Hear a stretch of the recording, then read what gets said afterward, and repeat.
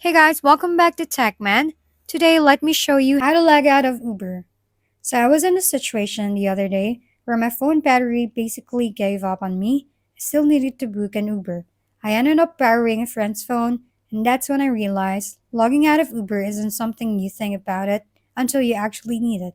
So, I opened the app and went straight to the account section on the bottom right, the same place where most of the important settings live.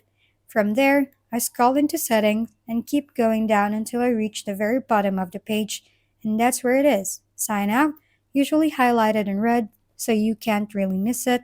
Once I tap in, Uber asks for a quick confirmation, basically checking if I really wanted to log out. I confirmed it, and just like that, I was out of the account and ready to sign in elsewhere.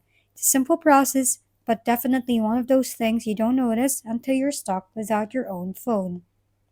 If we've been helpful, kindly give us a thumbs up and don't forget to hit the subscribe and bell button for more contents.